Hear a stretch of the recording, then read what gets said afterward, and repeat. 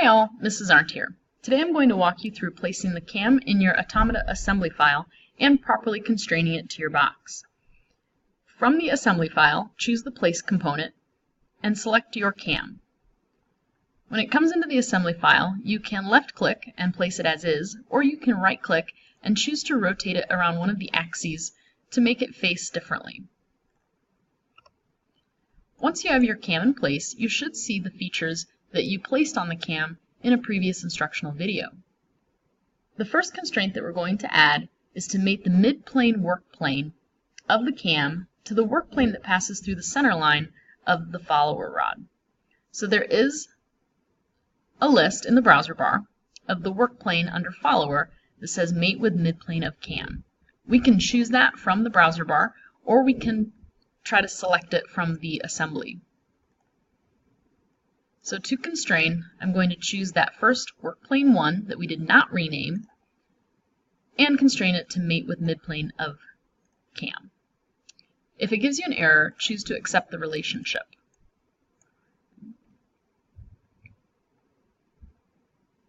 The next constraint that we're going to place is to mate the axis, the center axis of the hole in the cam, with the center axis of the axle.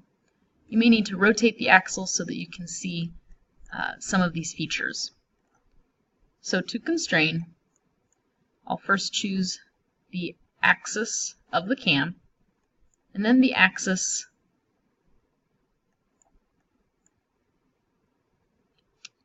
on the axle. Be sure you're choosing the axis and not a corner edge.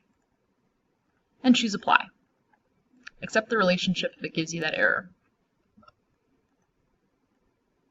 At this point, you can rotate the axle, but you cannot rotate the cam on it.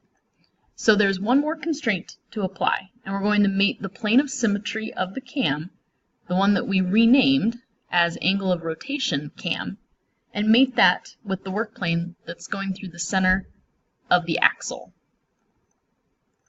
So I'm going to constrain the angle of rotation cam with the work plane on the axle and choose Apply.